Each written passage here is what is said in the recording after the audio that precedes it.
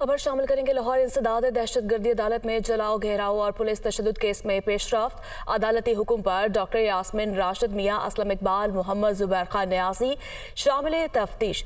कासिम खान और हसन न्याजी भी शामिल तफ्तीश हो गए। मियां असलम इकबाल और डॉक्टर यास्मिन राशिद की शामिल तफ्तीश होने की फुटेज दुनिया न्यूज़ ने हासिल कर ली है। SSP साहब, मेरी दोनों गाड़ियों को तोड़ा गया, इसका क्या बना?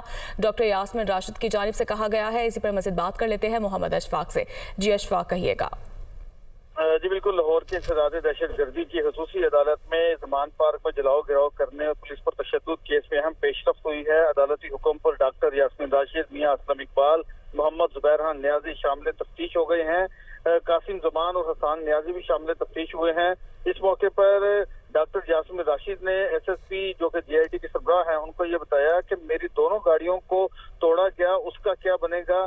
SP अमारा मेरे क्लिनिक आई और गाड़ी की तस्वीरें भी बनाई। इस मौके पर SSP ने कहा कि क्या आपने इस हवाले से कोई तहरीरी दरख्वास्त जमा करवाई? तो डॉक्टर यास्मिन राशिद ने कहा कि हमारी दरख्वास्त पर कार्रवाई कौन करेगा। SSP इमरान किशोर ने कहा कि आप दरख्वास्त दें, कानून के मुताबिक कार्रवाई होगी।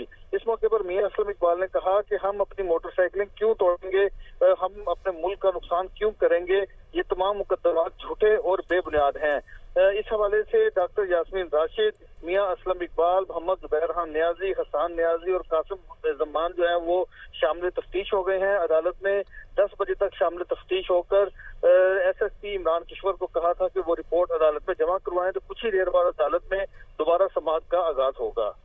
जी ठीक है, बहुत शुक्रिया आपका।